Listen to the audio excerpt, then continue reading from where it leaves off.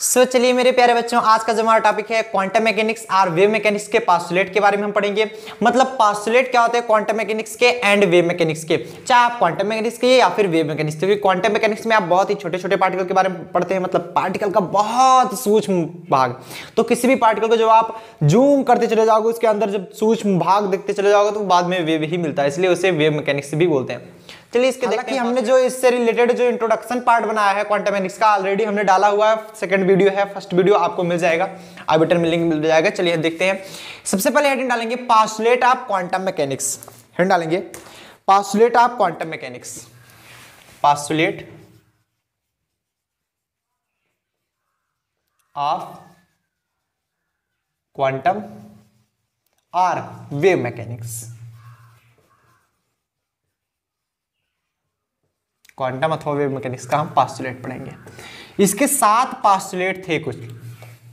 मतलब पास्टुलेट मतलब क्या होता है, ये थ्योरी कहती क्या है, ये मैकेनिक्स कहती क्या है, वही हम पढ़ते हैं postulate.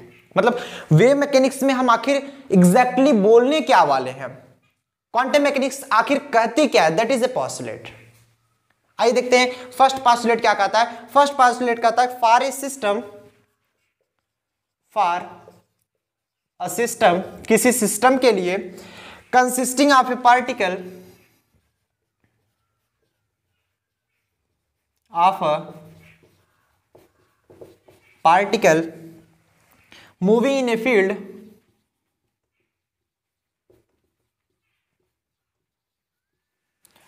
Field of conservative force.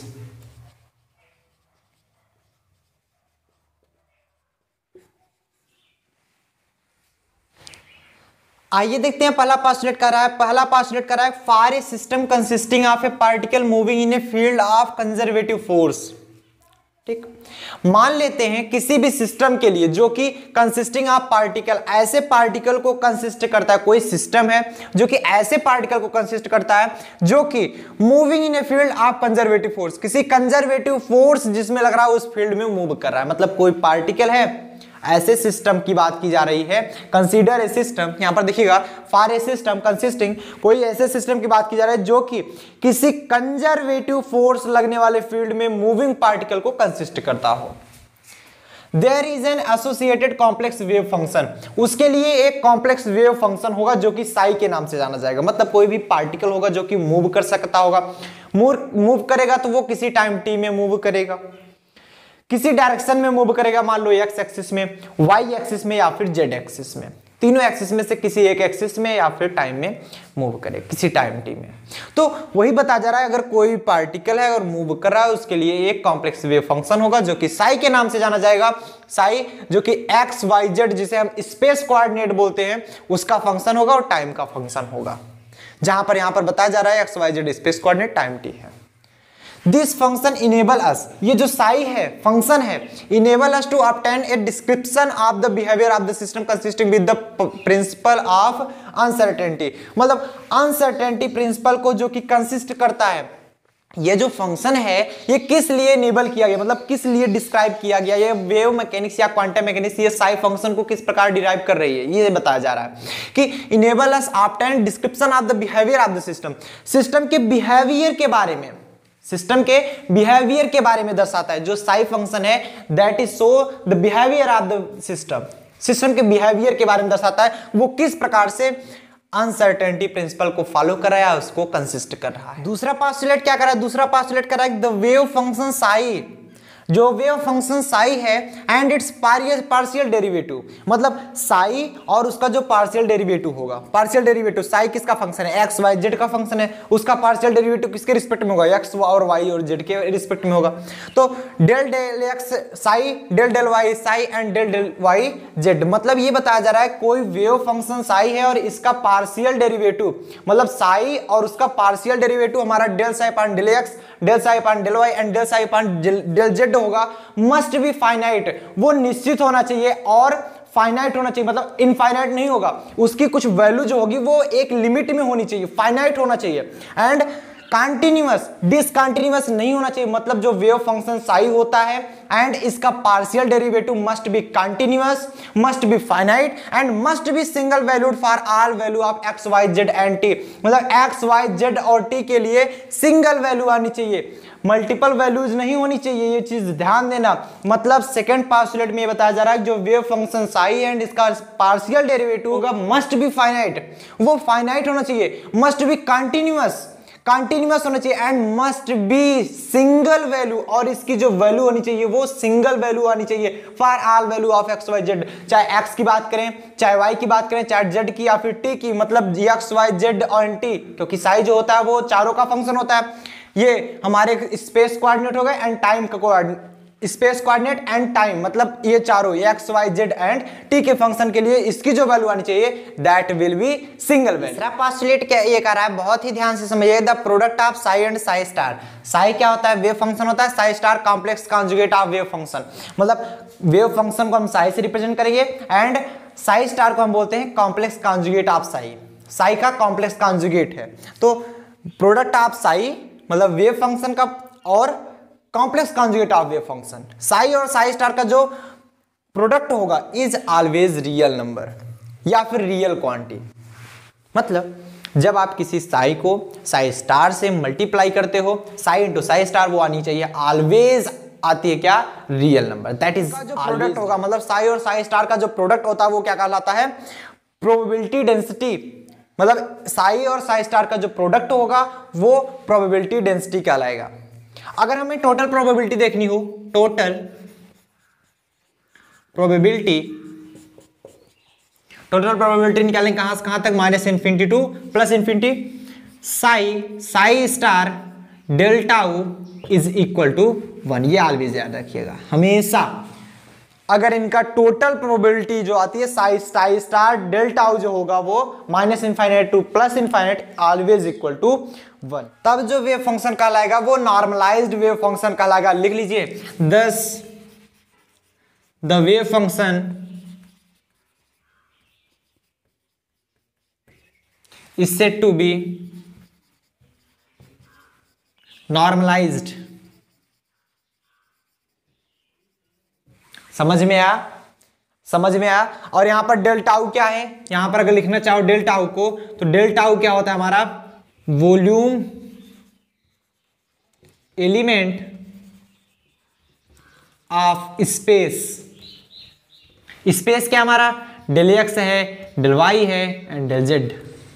मतलब जो डेल टाउ है ये वॉल्यूम एलिमेंट है स्पेस का। अगर हमें निकालना हो डेल टाउ की वैल्यू तो वॉल्यूम स्पेस है, ध्यान से समझिए, वॉल्यूम एलिमेंट है तो स्पेस जैसे हमारा एक्स हो गया, वाई हो गया, जेड हो गया, तीनों के मल्टीप्लिकेशन के बराबर होगा, तो ये किसके बराबर होगा, del X into del Y and del Z के बराबर होगा। सो नोट डाउन कर लीजिए। फोर्थ पोस्टुलेट क्या कह रहा है, फोर्थ पोस्टुलेट कह रहा है कि with every observable dynamical quantity, प्रत्येक ऑब्जर्वेबल डायनेमिकल क्वांटिटी के लिए there is a quantum mechanical operator. मतलब जितनी भी डायनेमिकल क्वांटिटी होती है उनके लिए एक ऑपरेटर होता है, there is a quantum mechanical operator. मतलब हर एक क्वांटिटी के लिए, हर एक डायनेमिकल क्वांटिटी के लिए एक न एक मैकेनिकल ऑपरेटर यूज किया जाता है। आइए देखते हैं किस क्वांटिटी के लिए कौन सा ऑपरेटर यूज होता है। हालांकि ऑपरेटर बारे में डिस्कस करना यहां पर आपके एग्जाम में नहीं आएगा, ना तो आपके सिलेबस में है, ये चीज याद रखिएगा। ऑपरेटर के बारे में अगर आप जानना चाहते हैं, इच्छुक है, तो हमने ऑलरेडी सेकेंड ईयर में पढ़ा था ऑपरेटर के बारे में, आप जाकर देख सकते हैं। आप वहां पर सर्च कर लीजिएगा ऑपरेटर्स बाय विवेक मिश्रा स्टडी चैनल, वहां पर आपको मिल जाएगा। आप सर्च कर लीजिएगा physics third paper BSc second year, आपको मिल जाएगा प्लेलिस्ट में। तो हम चलिए आप बात कर लेते हैं कि with every observable dynamical quantity there is a quantum mechanical operator. सबके लिए क्वांटम मैकेनिकल ऑपरेटर होता है। आपको बस पोस्टुलेट में इतना ही दिखाना है कौन कौन से ऑपरेटर्स होते हैं, अगर आप पोस्टुलेट लिख रहे हैं तो। आइए देख लेते हैं कौन कौन से होते हैं। सबसे पहले आप हेडिंग डालेंगे डायनेमिकल, सबसे पहले आप लिखेंगे डायनेमिकल वेरिएबल, डायनेमिकल वेरिएबल लिखेंगे। फिर आगे आप लिखेंगे symbol of operator, symbol of operator. आगे हमारा होगा quantum mechanical operator, quantum mechanical operator. ठीक, मतलब ये कहा जा रहा है कि प्रत्येक डायनेमिकल वेरिएबल के लिए, प्रत्येक डायनेमिकल क्वांटिटी के लिए एक क्वांटम मैकेनिकल ऑपरेटर होता है और उसका जो सिंबल होगा हम यहां पर दर्शाएंगे। सबसे पहला आता है हमारा पोजीशन। पोजीशन, पोजीशन में सिंबल देखिएगा X cap, Y cap and Z cap. X cap के लिए ऑपरेटर यक्स पोजीशन के लिए, वाई कैप के लिए वाई एंड जेड कैप के लिए जेड। दूसरा हमारा आएगा यहां पर मोमेंटम, यहां पर दूसरा लिख लेंगे मोमेंटम ऑपरेटर के लिए। मोमेंटम, मोमेंटम के लिए भी ऐसा होता है P X cap, P Y cap and P Z cap. P X cap के लिए क्या होता है, पी एक्स कैप के लिए लिखेंगे H upon 2 pi I into del upon del X, H upon 2 pi I into del upon del X के लिए, पी एक्स के लिए। इसी प्रकार वाई के लिए लिख लेंगे H upon 2 pi I del upon del Y, H upon 2 pi I into del upon del Y. Z के लिए लिखेंगे H upon 2 pi I into del upon del Z. इसी प्रकार मोमेंटम के लिए एक और होता है, जैसे P X P Y P Z हो गया, ऐसे एक पी भी होता है यूनिट वेक्टर ऑफ पी। उसके लिए क्या होता है, इसके लिए एक्स था तो del upon del X, Y था del upon del Y, Z था तो डेल अपान डेल जेड। अगर पूरा बात की जाए, मतलब इसकी अलग अलग व्याख्या ना की जाए, सिर्फ अगर मोमेंटम की बात की जाए तो आप सिर्फ दिखाएंगे डेल पी और इसको हम दिखाएंगे H upon 2 pi I into में डेल। इस प्रकार से आप दिखाएंगे, मतलब डेल्टा का यहां पर यूज करेंगे। ये क्या शो करता है, इसकी वैल्यू होती है del upon del X, del upon del Y, del upon del Z, तीनों की वैल्यू होती है। तो उसकी जगह पर आप क्या करेंगे डेल। एक्चुअली हम देखें मोमेंटम को सिंबल जो होता है पी कैप एंड जो क्वांटम मैकेनिकल ऑपरेटर होता है H upon 2 pi I into में डेल्टा। अब अगर एक्स वाई जेड में हम रिप्रेजेंट करना चाहें तो del upon del X, del upon del Y और डेल अपान डेल जेड लिख सकते हैं। ये चीज हुआ हमारा। नेक्स्ट हमारा क्या कह रहा है, अगला जो हमारा आ रहा है that is total energy. Total energy, total energy को किससे रिप्रेजेंट करेंगे, ई कैप से। ये देखो ई कैप, ई कैप इसका जो ऑपरेटर होता है, ये सब चीज फिक्स है, इसका ऑपरेटर यही होता है, हमेशा के लिए याद रखिएगा। ये याद करने वाली चीजें हैं। जब आप मोमेंटम की वैल्यू याद आ जाए, इसको याद नहीं कोई आ सकते हैं, मोमेंटम को पी कैप से and H upon 2 pi I into में डेल्टा। ये चीज हमेशा याद रखिएगा। जैसे टोटल एनर्जी हो गई है, इसको रिप्रेजेंट करेंगे, हम निकालेंगे आई एच अपान, लिखेंगे आई एच अपान 2 पाई इंटू में डेल अपान डेल टी। अगर कोई पूछ लिया एक्स के रिस्पेक्ट में क्या होगा, वाई के रिस्पेक्ट में, जेड के रिस्पेक्ट में, तो उसके लिए हम फिर वैल्यू बता रहे हैं। ये सिर्फ टी के रिस्पेक्ट में है, ये I H upon 2 pi into del upon del T. अभी पूछ ले कोई टोटल एनर्जी का ही एक्स वाई जेड के रिस्पेक्ट में, तो आप लिख देंगे टोटल एनर्जी का, इसे ई बार से ही सॉरी कैप से ही रिप्रेजेंट करेंगे। और इसकी जो वैल्यू आती है ई कैप से भी रिप्रेजेंट करते हैं और एच कैप से भी रिप्रेजेंट करते हैं। देखो टोटल एनर्जी को किसी किसी बुक में ई कैप लिखा गया, किसी किसी बुक में एच कैप लिखा गया, आप लिख सकते हैं। इसकी जो वैल्यू आती है minus H square upon 8 pi square M into del square plus में वी, ये आती है इसकी वैल्यू, याद कर लीजिए। ठीक, मतलब अगर टोटल एनर्जी की बात की जाए तो इसे ई कैप या फिर एच कैप से रिप्रेजेंट करते हैं। इसकी जो वैल्यू आती है, इसका जो ऑपरेटर होता है that is a minus H square upon 8 pi square M del square plus में वी होता है, जहां पर ये शो करता है हमारा काइनेटिक एनर्जी, ये शो करता है पोटेंशियल एनर्जी। तो काइनेटिक एनर्जी की अगर बात कर लें, काइनेटिक एनर्जी, काइनेटिक एनर्जी किससे रिप्रेजेंट करेंगे, काइनेटिक एनर्जी कैसे रिप्रेजेंट करते हैं, तो कैप हो जाएगा यहां पर। इसकी जो वैल्यू आती है minus H square upon 8 pi square M, M नीचे रहेगा, डेल स्क्वायर, बस इतनी वैल्यू आती है। अगर यहीं पर बात किए होते हैं हम पोटेंशियल एनर्जी की, potential energy that is A V, potential energy को हम वी से रिप्रेजेंट करते हैं और इसकी वैल्यू आती है हमारी वी। ये चीज, ये हमारी काइनेटिक एनर्जी है, हमारी पोटेंशियल एनर्जी। ये उम्मीद करते हैं आपको ये समझ में आएगा और याद भी हो गया होगा। ये सब चीज याद करने की ये है। और वी की बात करें तो ये एक्स वाई जेड का फंक्शन होता है, एक्स वाई जेड का फंक्शन, नोट कर लीजिए। क्लियर होता है, सबको क्लियर होता है। पोजीशन के लिए, मोमेंटम के लिए टोटल एनर्जी दो बार लिखी गई है टी के रिस्पेक्ट में। एक हमारा डेल स्क्वायर लिखा गया, डेल स्क्वायर लिखा गया मतलब एक तो आप लिखेंगे del 2 upon del z square, del 2 del y square, del 2 del z del x square, इस प्रकार से। और यहाँ पर काइनेटिक एनर्जी, ये काइनेटिक एनर्जी होती है और ये हमारी पोटेंशियल एनर्जी। बहुत सिंपल है, नोट डाउन कर लीजिए। नेक्स्ट पोस्टुलेट क्या कहता है? नेक्स्ट पोस्टुलेट बहुत ही ध्यान से समझिएगा, बहुत ध्यान से। नेक्स्ट पोस्टुलेट करा द एवरेज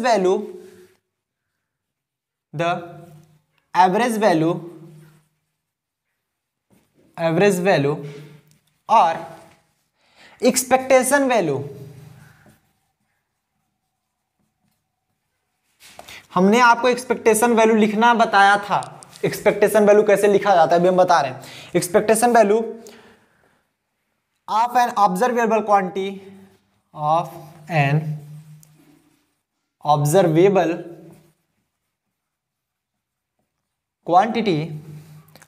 क्वांटिटी को हम मान लेते हैं capital A, is written as, इस प्रकार लिखा जाता है। रिटन एज किस प्रकार लिखा जाता है ध्यान से समझिएगा। अगर हम कोई भी ऑब्जर्वेबल क्वांटिटी हो गई, मान लो कोई ऑब्जर्वेबल क्वांटिटी ए हो गई, जैसे हम बात करते हैं मोमेंटम की तो वहां पर पी यूज करते हैं। ऑब्जर्वेबल क्वांटिटी हम ए यूज कर रहे हैं तो हम एक्सपेक्टेशन वैल्यू अगर निकालें तो ए को इस प्रकार लिखेंगे, चाहे एवरेज वैल्यू ए निकाले चाहे एक्सपेक्टेशन वैल्यू, मतलब इस प्रकार ही लिखेंगे। ये ऐसे इज इक्वल टू, ये किसके किसके बीच में लिखेगा? साई स्टार के बीच में लिखा जाता है। इस प्रकार से ध्यान से समझिएगा, minus infinite to infinite psi star A into में साई, इस प्रकार ये लिखा जाता है। डेल टाउ इस प्रकार लिखा जाता है। अगर यहीं पर बात की जाए हमारी ये मोमेंटम की, अगर मान लो मोमेंटम यहां पर रहा होता तो मोमेंटम को इस प्रकार लिखते, is equal to minus infinite to infinite psi star momentum cap into में साई डेल टाउ, इस प्रकार लिखते हैं। ये है हमारा नियम। इस प्रकार हमारा एक्सपेक्टेशन वैल्यू लिखी जाती है। सो नोट डाउन करिए। नेक्स्ट चलते हैं हम सिक्स्थ पोस्टुलेट की तरफ। सिक्स्थ पोस्टुलेट क्या बोलता है ये आइए देखते हैं। सिक्स्थ पोस्टुलेट की तरफ हेड डालेंगे। सिक्स्थ पोस्टुलेट लिखेंगे, a physically observable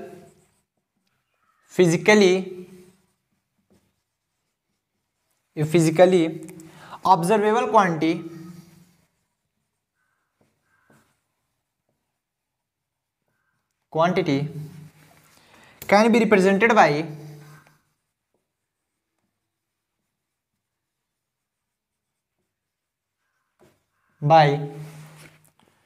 a Hermitian operator।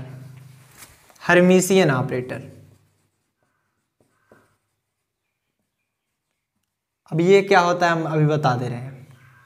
मतलब कोई भी फिजिकली ऑब्जर्वेबल क्वांटिटी होगी वो रिप्रेजेंट की जाती है एक हर्मिशियन ऑपरेटर के द्वारा। अभी हम समझा रहे हैं हर्मिशियन ऑपरेटर। मान लिए कोई ऑब्जर्वेबल क्वांटिटी जो हमने यहाँ पर ले रहे हैं वो कैपिटल ए ले रहे हैं, मान लिया ऐसा। अब वहां पर मोमेंटम हो सकता है, टोटल एनर्जी हो सकती है, काइनेटिक एनर्जी हो सकती है, पोजीशन हो सकता है, कुछ भी हो सकता है। हमने ए ले लिया ऐसे सिंपली समझने के लिए। तो कैसे लिखा जाएगा ध्यान समझिएगा। Integration of psi I star A psi J del tau जो होगा वो इक्वल होगा integration of psi I A psi I star del tau के बराबर होगा। इस प्रकार आपका लिखा जाता है हर्मिशियन ऑपरेटर। मतलब अगर आपको दिया जाए, ये तो हमारा नॉर्मल है, जैसे हम ऑपरेटर यूज करते हैं तो नॉर्मल कैसे यूज करेंगे, साई स्टार ए साई, इस प्रकार यूज कर सकते हैं। लेकिन ये किस प्रकार लिखा जाता है ध्यान समझिएगा। A physically observable quantity can be represented by a Hermitian operator. वो हर्मिशियन ऑपरेटर के द्वारा भी रिप्रेजेंट की जा सकती है। जरूरी नहीं है कि डायरेक्ट जैसे आप लगाते हो ए को लिखे थे Sai star A Sai D tau, जरूरी नहीं है, वो हर्मिशियन ऑपरेटर के द्वारा भी रिप्रेजेंट की जा सकती है। अब हर्मिशियन ऑपरेटर क्या होता है आप समझना होगा। साई आई मतलब integration of psi I star A psi J del tau अगर लिखा गया तो साई जे को आप पहले भी लिख सकते हो, अगर इसको आप बाद में लिखोगे तो टोटल का स्टार हो जाता है। इस प्रकार मतलब देखो जो चीजें हैं, देखो साई जे है ना, साई जे को हमने पहले लिख दिया, ए साई आई स्टार को अगर बाद में लिखे तो टोटल का स्टार लग जाता है डेल टाउ। इस प्रकार हमारा लिखा जाता है हर्मिशियन ऑपरेटर। नेक्स्ट पास्टुलेट क्या करा है, सेवंथ पास्टुलेट करा है कि the allowed value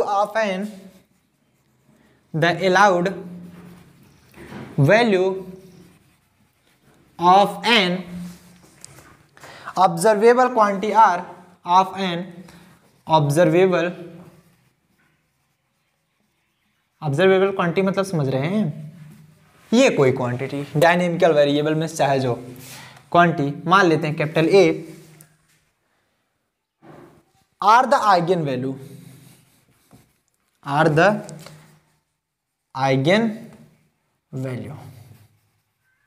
A I, मतलब कहा जा रहा है कोई भी अलाउड वैल्यू है जो कि the allowed value of an observable quantity, किसी भी ऑब्जर्वेबल क्वांटिटी की जो अलाउड वैल्यू होती है वो क्या होती है, आइगन वैल्यू होती है। कोई भी हमारा ऑब्जर्वेबल क्वांटिटी है उसकी जो अलाउड वैल्यू होगी वो क्या होगी, आइगन वैल्यू होगी। इसके कहने का ये मतलब है कि जो ऑब्जर्वेबल क्वांटिटी है साई आई होगा वो क्या होगा, ए आई के बराबर होगा, ए बार ए कैप की जगह हम क्या लिख देंगे, आइगन वैल्यू साई आई, और ये इक्वेशन हमारा कहलाता है eigen value equation. This equation is known as called eigen value equation. Note कर लीजिए। अब हम चलते हैं श्रोडिंगर वेव इक्वेशन की तरफ, जो कि बहुत इंपॉर्टेंट होता है, आपके एग्जाम में आ सकता है, इसलिए नोट डाउन कर लीजिए। पोस्टुलेट भी बहुत इंपॉर्टेंट था, इसको नोट डाउन करते हैं। फिर आगे चलते हैं हम श्रोडिंगर वेव इक्वेशन की तरफ, time dependent and time independent के लिए। सो चलिए मेरे प्यारे बच्चों, अब हम पढ़ेंगे श्रोडिंगर वेव इक्वेशन के बारे में, चाहे वो टाइम डिपेंडेंट हो टाइम इंडिपेंडेंट, दोनों हम इसी लेक्चर में करने वाले हैं। लेकिन time dependent Schrodinger wave equation या time independent Schrodinger wave equation से पहले आपको दो इक्वेशन याद करना पड़ेगा, जो कि है हमारा क्लासिकल वेव इक्वेशन, जिसे हम time dependent classical wave equation और time independent classical wave equation कहते हैं। हम time independent classical wave equation का यूज करेंगे time independent Schrodinger wave equation में, और time dependent classical wave equation का यूज करेंगे श्रोडिंगर वेव इक्वेशन के टाइम डिपेंडेंट में। आइए देखते हैं किस प्रकार से होता है, इनका इक्वेशन क्या है वो चीज सबसे पहले हम ध्यान दे लेते हैं।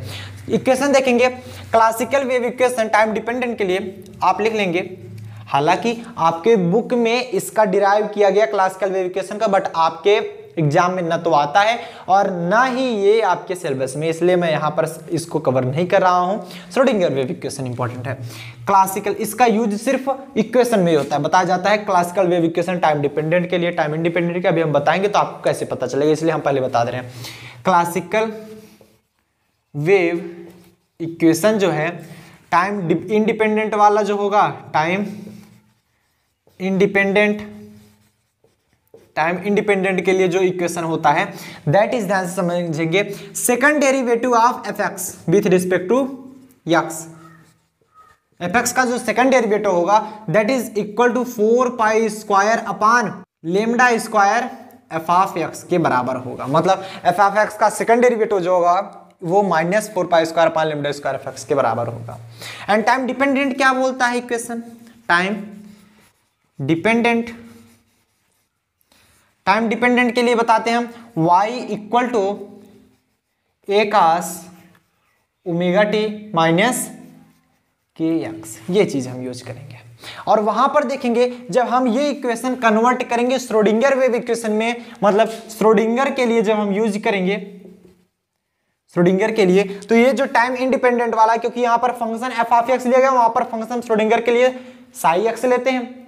वेव फंक्शन क्या होता है, साई एक्स होता है, तो यहाँ पर एफ ऑफ एक्स की जगह आप साई एक्स ले सकते हैं। क्या बताएंगे वहां पर, del 2 upon del x square psi X is equal to 4 pi square upon lambda square psi X. ये चीज हम यूज करेंगे जब हम यूज करेंगे श्रोडिंगर वेव इक्वेशन में। एंड टाइम डिपेंडेंट वाला जब यूज करेंगे श्रोडिंगर वेव इक्वेशन के टाइम डिपेंडेंट में, तो यहां पर फंक्शन y है, वहां पर फंक्शन क्या ले लिया जाएगा, यहां पर एज इट इज मान लिया गया कोई फंक्शन y था, तो वहां पर फंक्शन क्या मान लिया जाएगा, साई कोई फंक्शन है that is equal to A cos omega T minus के एक्स, इसके बराबर मान लिया जाएगा ये चीज। तो ये चीज आप याद रखेंगे, अभी जब हम यूज करेंगे तो वहां पर उसका यूज होने वाला है। सो नोट डाउन कर लीजिए फटाफट से। तो श्रोडिंगर वेव इक्वेशन में सबसे पहली हेडिंग डालेंगे टाइम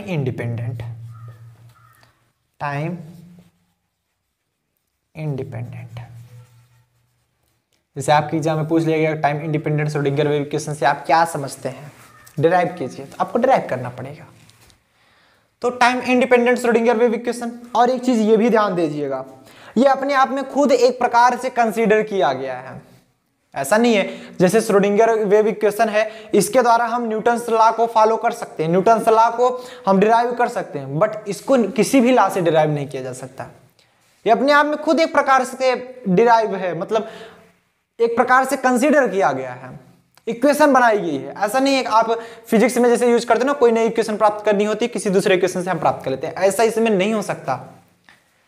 इसको एक प्रकार से प्रूव नहीं किया जा सकता, इसको डिराइव नहीं किया जा सकता, एक प्रकार से कहा जा सकता है, एक प्रकार से जो डिराइव किया गया वो बताया जा सकता है। मतलब इसको किसी अलग, अगर हम चाहे किसी अलग लॉ से, अलग पोस्टुलेट से, या फिर अलग कोई थ्योरी बता दी गई उसके इक्वेशन से इसको इक्वेशन को डिराइव करने की कोशिश करें, दैट इज इम्पॉसिबल, प्रूव नहीं किया जा सकता। ये डिराइव किया गया बस वैसे। तो time independent Schrodinger wave equation क्या कहता है, कैसे प्रूव करेंगे।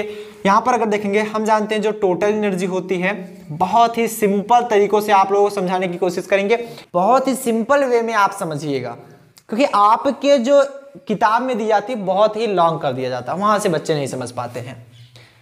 तो टोटल एनर्जी जो होती है इक्वल टू क्या होगी, वो काइनेटिक एनर्जी प्लस में पोटेंशियल एनर्जी। बोलो होगी कि नहीं होगी, समझ रहे हो। टोटल एनर्जी को हम लिखते हैं capital E equal to kinetic energy को हम लिखेंगे Ke प्लस में पोटेंशियल एनर्जी को P। काइनेटिक एनर्जी को लिखते हैं हाफ mv² प्लस में पोटेंशियल एनर्जी को लिखते हैं कैपिटल V। ये सिंपल चीज। यहां पर m क्या है, mass of electron, v is the velocity of electron, equal to ये जो v होगा potential energy.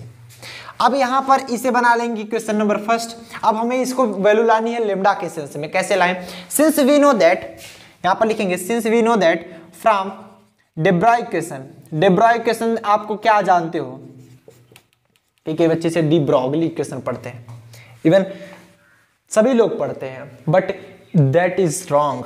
de Broglie equation इनका नाम है, de Broglie। de Broglie equation से हम क्या बताएंगे, lambda equal to H upon m v, होता है कि नहीं होता, कंफर्म हो। अगर हम यहां से निकालने की कोशिश करें, एम वी को इधर लाएंगे, एच अपान लेमडा, दोनों पक्षों की स्क्वायर करिए, m square v square equal to h square upon में लेमडा स्क्वायर, दोनों पक्षों में 1/2m से डिवाइड कर दीजिए, एम स्क्वायर वी स्क्वायर बराबर h square upon 2m lambda square. यहाँ m से m कैंसिल हुआ, क्या बचा, half m v square is equal to h square upon में 2m lambda square. Putting this value in equation number first, putting this value in equation first. इस value को उठा के ले जाकर इक्वेशन नंबर फर्स्ट में रख देते हैं। जब इक्वेशन फर्स्ट में रखेंगे तो मिलेगा क्या हमको, E is equal to half m v square, जो हम क्या लिख सकते हैं, h square upon 2m lambda square और प्लस में v को इधर भेज देंगे, क्या मिलेगा हमको, E minus v equal to h square upon 2m into में लेमडा स्क्वायर, या फिर 1 अपान लेमडा स्क्वायर की वैल्यू निकालेंगे तो 2m इधर आ जाएगा, 2m upon h square into में E माइनस वी। यहां पर देख रहे हैं 1 अपान लेमडा स्क्वायर की वैल्यू आपने निकाल ली, मतलब आप 1 अपान लेमडा स्क्वायर की वैल्यू निकालने में सफल रहे। अब यहां पर हमने बताया कि time independent Schrodinger wave equation में हम कौन सा इक्वेशन यूज करेंगे, time independent classical wave equation का। तो using time independent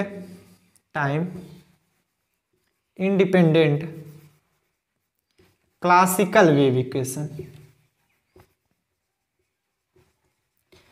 time independent classical wave equation क्या बताता था, एफ ऑफ एक्स का सेकेंड डेरिवेटिव मतलब डेल टू पार्शियल डेरिवेटिव आप इधर कर रहे हैं, तो del two del x square F of x जो होता था इक्वल टू होता था -4 pi square upon lambda square F of X के। तो यहाँ पर क्या यूज करें आप, साई एक्स यूज करें, तो इसकी जगह फंक्शन की जगह क्या यूज करेंगे, साई, हमने पहले ही बता दिया, साई फंक्शन में आप क्या यूज कर लेंगे, साई।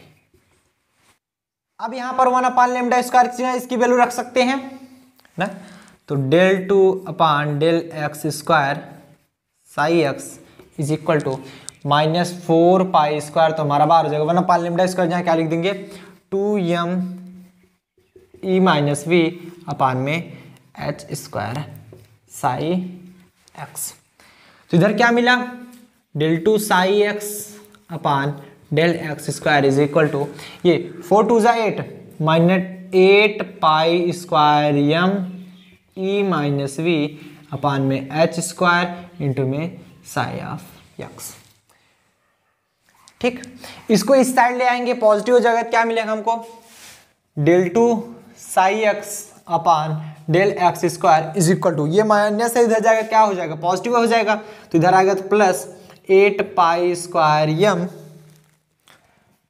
e - v अपान में h² इंटू में psi of x is equal to 0। ये कहलाता है हमारा time independent Schrodinger wave equation, वो भी किसी एक डायरेक्शन के लिए, क्योंकि आप x के लिए देख रहे हो। फॉर ऑल द 3 डायरेक्शन, मतलब जनरलाइज इक्वेशन अगर निकालना चाहें फॉर ऑल द 3 डायरेक्शन, तीनों डायरेक्शन के लिए अगर हम निकालना चाहें तो यहां पर क्या लिखेंगे हम, यहां पर देखेंगे ध्यान से, यहां पर del2/del(x² जो लिखा गया है वो क्या हो जाएगा, del2/del(x² plus del2/del(y² plus del2/del(z² Sai x। तो इसकी जगह पर क्या लिखा जाएगा, ऐसे लिख लो, थोड़ा एक्सप्लेन कर देते हैं, del2/del(x² plus del2/del(y² plus del2/del(z², सभी के लिए हम निकाल रहे हैं, इंटू में साई x जो होगा वो इक्वल होगा किसके बराबर, sorry plus 8π² m e - v divide by h² psi of x equal to में 0। इसकी वैल्यू होती है del², क्योंकि del की वैल्यू del² जब करते हो तो क्या वैल्यू निकलती है, del²/del(x² plus del²/del(y² plus del²/del(z²। इसके यहाँ क्या निकलेगा, del² या डेल्टा² साई x प्लस में 8π² m e - v divide by h² psi of x equal to में 0। कितना सिंपल था, that is very simple, note कर लीजिए, बहुत सिंपल था। समझ में आया कि नहीं, एक बार फिर से समझ लेते हैं। हमने क्या किया, total energy equal to kinetic energy plus potential energy कर दे। काइनेटिक एनर्जी क्या लिखते हैं, हाफ mv², पोटेंशियल एनर्जी हमारी v होती है। हम जानते हैं डेब्रॉय इक्वेशन से lambda equal to h upon v, mv की वैल्यू निकालेंगे h upon lambda, m² v² h² upon लैम्डा²। यहाँ से 2m से डिवाइड कर देंगे तो क्या हो जाएगा, उधर भी 2m से डिवाइड होगा, m से 1m कैंसिल हो गया, half mv² equal to h² upon 2m लैम्डा²। यहाँ तक कोई प्रॉब्लम नहीं। अब हम ये वैल्यू मतलब हाफ mv² यहाँ पर लाकर रख देंगे, हाफ mv² इधर लाकर रख दीजिए, हमने लाकर रख दिया तो यहाँ से e - v हो जाएगा और 1/λ करेंगे तो यहाँ पर 2m upon h² e - v equal to 1/λ², simple चीज। अब हम यहाँ पर यूज करेंगे, जैसे हमने पहले बताया time independent Schrodinger wave equation निकालना है तो time independent classical wave equation का यूज करेंगे। क्लासिकल वेव इक्वेशन क्या बोलता था, del2/del(x² साई x, वहां पर आप fx यूज करते थे, हमने हालांकि बता दिया था वहां पर जो फंक्शन यूज होगा वो साई x। आप साई y यूज करते सकते हो, आप साई z यूज कर सकते हो। आफ्टर बाद में कितना आएगा, यही आने वाला है, psi x equal to -4π² upon lambda into में साई x। ये तो क्वेश्चन होता है, मतलब अगर साई x का या किसी फंक्शन का सेकंड डेरिवेटिव करो तो -4π² अपान लैम्डा² उस फंक्शन के बराबर आएगा, वही चीज बता रहा है। तो -4π² निकाली 1/λ² जो क्या रख दिए, वही वैल्यू रख दिए, साई x मल्टीप्लाई करा दिए -8π² m, और इसको इस साइड ले गए, पॉजिटिव हो गया। ऑल 3 डायरेक्शन के लिए निकाले तो ये del(x² था, इसी प्रकार del(y² भी निकलेगा, del(z² भी निकलेगा। तो हम क्या करेंगे, ये आएगा del(x² plus del(y² plus del(z² equal to sorry multiply में साई x प्लस में ये तो हमारा ऑलरेडी बचा ही रह जाएगा इक्वल टू में 0। कंफर्म होता है। अब यहाँ पर एक चीज हमने छोड़ दिया था, यहाँ पर जब आप R3 डायरेक्शन के निकाल रहे हो तो x पार्टिकुलर x के लिए थोड़ी निकालोगे, पूरा साई हो जाएगा फंक्शन, x y और z का फंक्शन होता है ना, ये पूरा साई का फंक्शन हो जाएगा। तो इसको हम क्या लिखते हैं, ये हमारा del2 साई x, क्योंकि इसकी जगह x नहीं रहेगा जी, पूरा फंक्शन x y z तीनों आ जा रहा है, तो del2 psi plus 8π² m e - v upon h² into में psi equal to 0। That is very simple, note down कर लीजिए। अब हम चलते टाइम डिपेंडेंट डालेंगे, time dependent Schrodinger wave equation निकालेंगे, time dependent Schrodinger wave equation.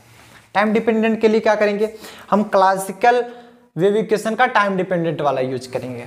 तो लिखेंगे from classical wave equation of time dependent, मतलब टाइम डिपेंडेंट के क्लासिकल वेव इक्वेशन से। तो वो क्या होता था, बहुत सिंपल है, y equal to A cos omega T minus के एक्स, यही हुआ करता था। तो यहाँ पर साई जो है ये फंक्शन है, तो साई ऑफ एक्स का फंक्शन लिया गया। अगर यहाँ पर साई ऑफ वाई का फंक्शन लेते तो यहाँ पर के वाई लिखते, साई ऑफ जेड का फंक्शन लिखते तो यहाँ पर के जेड लिखते, जिसका भी फंक्शन लिखते उसको हमने लिखते थे। अब देखिए, अगर इसमें कोई इमेजिनरी हम जोड़ दें, मान लो कोई इमेजिनरी हम इक्वेशन जोड़ दें इसमें, या इमेजिनरी वैल्यू जोड़ दें, क्या इसमें कुछ अंतर आएगा? नहीं आएगा। अगर कोई हमारी रियल वैल्यू है उसमें कोई इमेजिनरी वैल्यू जोड़ दो तो कुछ अंतर नहीं आता। इसलिए हम क्या करेंगे, इसको थोड़ा सा मॉडिफाई करेंगे, मतलब psi of x equal to A cos omega T minus में के एक्स, इसमें कुछ जोड़ेंगे हम इमेजिनरी या घटाएंगे, हम यहाँ पर घटा देते हैं, माइनस में i sine omega T minus में के एक्स। ऐसा हमने क्या हो गया, क्योंकि फार्मूला बन रहा था। ये देखो इमेजिनरी आई आयोटा आ गया, मतलब इमेजिनरी।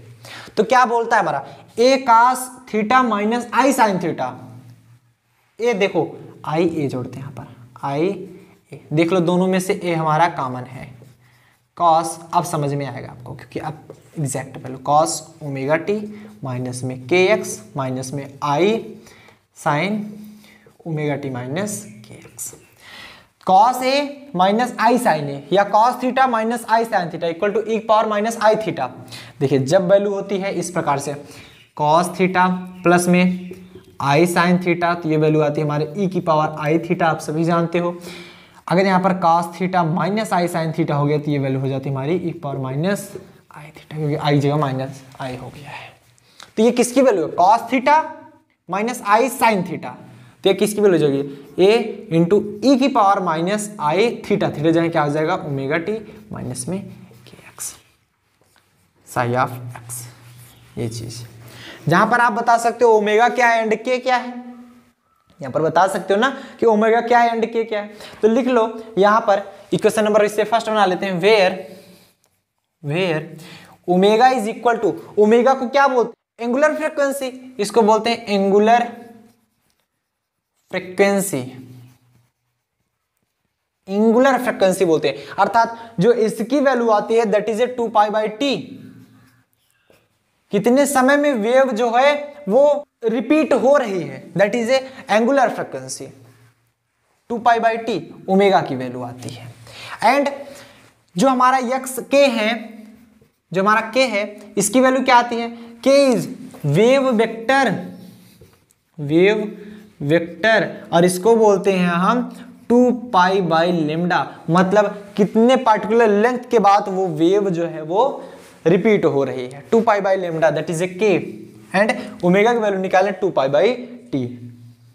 अब देखते हैं 1 अपान टी, मतलब 1 अपान टाइम पीरियड क्या होता है, फ्रीक्वेंसी हमने आपको पिछले लेक्चर में बताया, फ्रीक्वेंसी जो था 1 अपान टाइम पीरियड, तो लिख सकते हैं 2 pi nu, since 1 upon time period equal to frequency.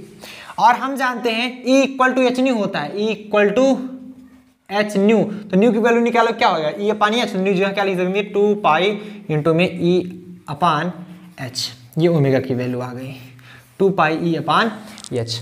And के की वैल्यू निकालिए, लेमडा इक्वल टू क्या होता है, H upon P, from de Broglie equation, तो lambda equal to H upon P, P तो ऊपर चला जाएगा, 2 पाई पी अपान एच, ये के की वैल्यू आ गई। या फिर और इसे मॉडिफाई करें तो एच अपान 2 पाई बोलते हैं एच बार, तो ये क्या हो जाएगा पी अपान एच बार, के की वैल्यू आया, since H bar equal to H upon 2 pi, तो एच बार की जगह रखो आई एच अपान 2 पाई, 2 पाई ऊपर जाएगा अपान एच।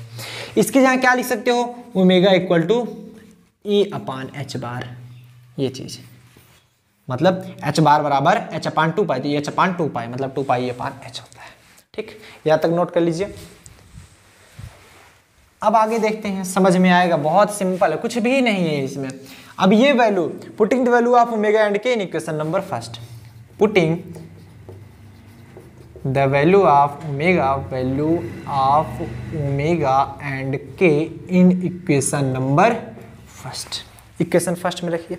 जब इसमें रखेंगे तो क्या मिलेगा हमको, psi of X is equal to A into ई की पावर माइनस आई, ओमेगा की जगह क्या रख दें, ओमेगा ई अपान एच बार, तो ई टी अपान एच बार ना, ई टी अपान एच बार माइनस के की जगह क्या रखें, P minus P X upon H बार। देख रहे हो इसमें 1 अपान एच बार इसमें भी कॉमन है, 1 अपान एच बार इसमें भी कॉमन है, कॉमन कर लीजिए। ए इंटू ई पावर माइनस आई अपान एच बार कॉमन हो जाएगा तो क्या बचेगा हमारा, E T minus P x, that is A Sai of x. अब देखेंगे इससे बनाएंगे हम इक्वेशन नंबर सेकंड, बहुत ध्यान से समझिएगा। इसे t के रिस्पेक्ट में हम एक बार डिफरेंशिएटिंग करेंगे, x के रिस्पेक्ट में इसे हम 2 बार डिफरेंशिएटिंग करेंगे। अब क्यों करेंगे, आगे चल के इसका यूज होगा, आपको समझ में आएगा। तो लिखेंगे differentiating this equation, differentiating this equation with respect to t, t के रिस्पेक्ट में हम डिफरेंशिएशन करेंगे। आप t के रिस्पेक्ट में डिफरेंशिएशन करेंगे क्या मिलेगा, del psi upon del T is equal to a into ई की पावर, एक पावर माइनस एक्स का डिफरेंशिएशन क्या होता है, एक पावर माइनस एक्स, कुछ अंतर तो आता नहीं, मतलब एक पावर माइनस एक्स का डिफरेंशिएशन ऑलवेज एक पावर माइनस एक्स होता है। तो हम यहाँ पर क्या लिख सकते हैं, क्योंकि आप एक पावर माइनस एक्स का डिफरेंशिएशन एक पावर माइनस एक्स ही होता है, फिर माइनस एक्स का करेंगे तो माइनस एक्स के रिस्पेक्ट में होगा उसका। मतलब अगर आपको एक पावर एक्स का डिफरेंशिएशन करना हो, क्या आएगा, एक पावर एक्स ही आता है। अगर आपको एक पावर माइनस एक्स का डिफरेंशिएशन करना तो एक power minus X into D upon D X minus X, ऐसे तो लिखते हो। इधर क्यों नहीं किया जाता, इधर भी किया जाता है, D upon D x x, x का रिस्पेक्ट में 1 आ जाता है, इसका -1 आता है, इसलिए निगेटिव में होगा। तो यहां पर भी देखेंगे e की पावर माइनस एक्स के रूप में है कि नहीं, e पावर माइनस एक्स के रूप में, तो e power minus X I upon H bar E T minus P X. ठीक, अब x का भी डिफरेंशिएशन होता है, तो x का डिफरेंशिएशन करिए, माइनस आई अपान एच बार इसमें मल्टीप्लाई होगा, माइनस माइनस प्लस हो जाएगी, तो x का तो 0 हो जाएगा क्योंकि t के रिस्पेक्ट में करे, तो इसका तो होगा नहीं, इसका हो रहा है, तो बचे क्या, माइनस आई अपान एच बार, t के रिस्पेक्ट में 1, तो क्या बचा हमारा minus I E upon H बार। अरे बालक यही तो बचेगा, आप देखो करके, t के रिस्पेक्ट में 1 हो जाएगा, बचे क्या, अरे बालक देखो इधर, del upon del T minus आई अपान एच बार ई टी, यही है। तो ये कॉमन क्या हो जाएगा, माइनस आई upon H bar, E common हो जाएगा, D T upon D T, that is 1 minus I E upon H bar, ये बचा हमारा। और देख रहे हैं हम ये किसकी वैल्यू है, ये किसकी वैल्यू है, ए ई की पावर माइनस आई upon H bar E T minus P X, ये वैल्यू है साई की वैल्यू, तो क्या लिख सकते हैं, del psi upon del T, psi X लिखिए या फिर ना लिखिए, आपकी इच्छा है, ये वैल्यू है साई की, साई इंटू आई ई अपान एच बार। अगर आप यहां से ई साई की वैल्यू निकालना चाहो, ई साई की वैल्यू, तो एच बार इधर आएगा, एच बार अपान आई नीचे आ जाएगा, माइनस भी इधर चला जाएगा, minus H bar upon I del psi upon del T. तो माइनस से ऊपर नीचे, माइनस आई से ऊपर नीचे गुणा कर दो, minus i h bar upon i square del psi upon del t equal to E psi. I square की वैल्यू -1 होती है, तो क्या हो जाएगा, minus i h bar upon -1 del psi upon del t equal to में E Sai.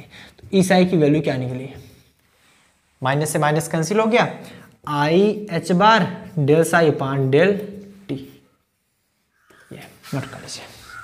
अब हम क्या करेंगे, इसका डिफरेंशिएटिंग करेंगे विथ रिस्पेक्ट टू x के रिस्पेक्ट में। आइए देखते हैं x के रिस्पेक्ट में इसका डिफरेंशिएशन कैसे होगा। तो लिखेंगे डिफरेंशिएटिंग इक्वेशन सेकंड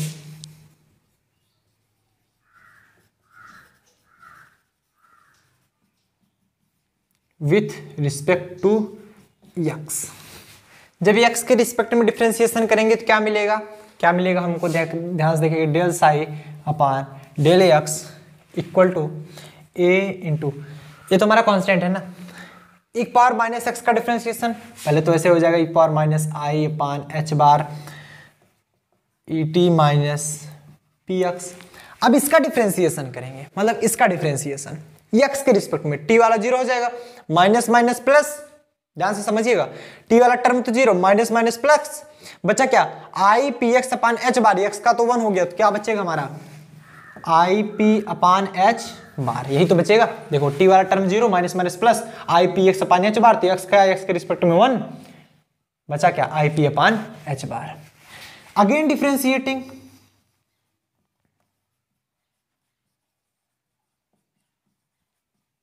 फिर से हम डिफरेंशिएट करेंगे तो क्या मिलेगा, del two psi upon del x square is equal to A into ई की पावर माइनस आई upon H bar E T minus P x. इतना तो मिला था, वो तो कांस्टेंट था, इसका तो होगा नहीं, आई पी अपान एच बार का थोड़ी डिफरेंशिएशन होगा, कोई फंक्शन तो है नहीं, ये तो कांस्टेंट है। फिर से इसका करेंगे डिफरेंशिएशन, ये तो था ही हमारा, फिर से आई पी अपान एच बार ही तो मिलेगा, तो क्या मिलेगा आई पी अपान एच बार का स्क्वायर। तो इसको थोड़ा सा सॉल्व कर लेंगे, तो a into e power minus I upon H bar E T minus P x, और इसको हम लिखेंगे क्या, i square p square upon H bar square. तो ये क्या है हमारा साई, देख रहे हो ना, ये वैल्यू है हमारी साई, तो साई इंटू आई स्क्वायर की वैल्यू होती है -1 इंटू में पी स्क्वायर अपान में h bar square. P square Sai की वैल्यू निकालेंगे आप, पी स्क्वायर साई की वैल्यू निकालेंगे तो ये इधर आ जाएगा, इधर ही तो आएगा, ये इसको इधर भेज दो, तो minus H bar square del two psi upon del x square, ये वैल्यू आएगी हमारी पी स्क्वायर साई की। और यहां पर जो वेलोसिटी ऑफ एनी पार्टिकल है वो लाइट के कंपेयर में बहुत कम है, उसके रिलेटिव में तो है नहीं, तो velocity of particle is much much much less than c. ठीक, इतना नोट करें, पहले नोट करें इतना।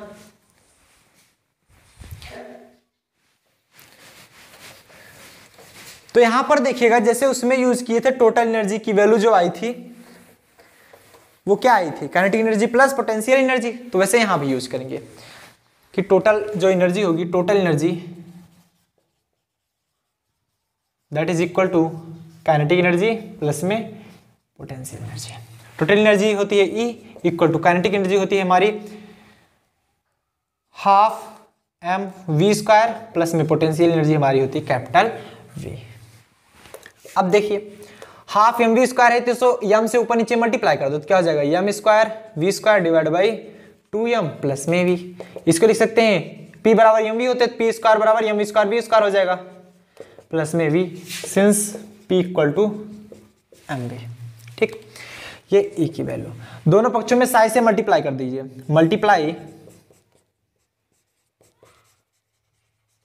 With Sai on both side.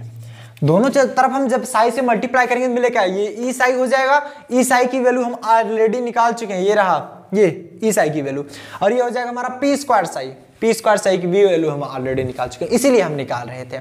तो साई से मल्टीप्लाई करेंगे, ये मिलेगा हमको e psi equal to p square psi upon 2m plus में वी साई।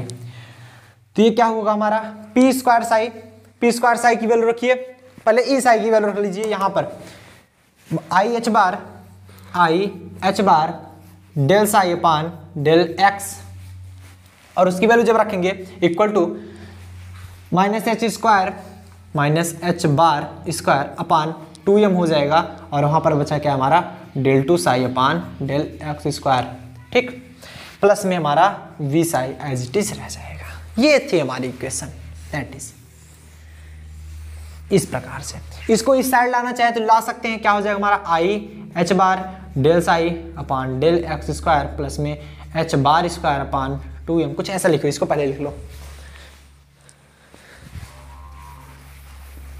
इसको जब पहले लिखेंगे तो क्या हो जाएगा हमारा, इधर आगे पॉजिटिव हो जाएगा, तो H bar square upon 2m del two psi upon del x square plus में i h bar del psi upon del x, और ये आ जाएगा minus v psi equal to में 0, यही तो होगा।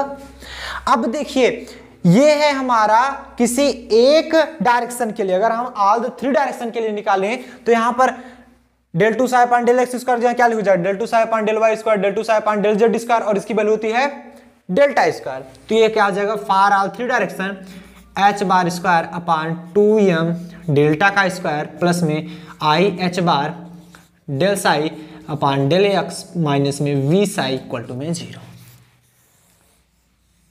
नोट कर लीजिए। क्लियर है, समझ में आया, किसी कोई प्रॉब्लम? ये बहुत ही इंपॉर्टेंट क्वेश्चन था और बहुत सिंपल भी क्वेश्चन था, तो उम्मीद करते हैं ये क्वेश्चन बहुत समझ में आया होगा। अगर किसी को कोई प्रॉब्लम है तो एक बार फिर से आप इस वीडियो देख लीजिए, वैसे भी क्लियर समझ में आ ही गया होगा। मिलते हैं नेक्स्ट वीडियो में, बढ़िया से पढ़ाई करें। All the very best.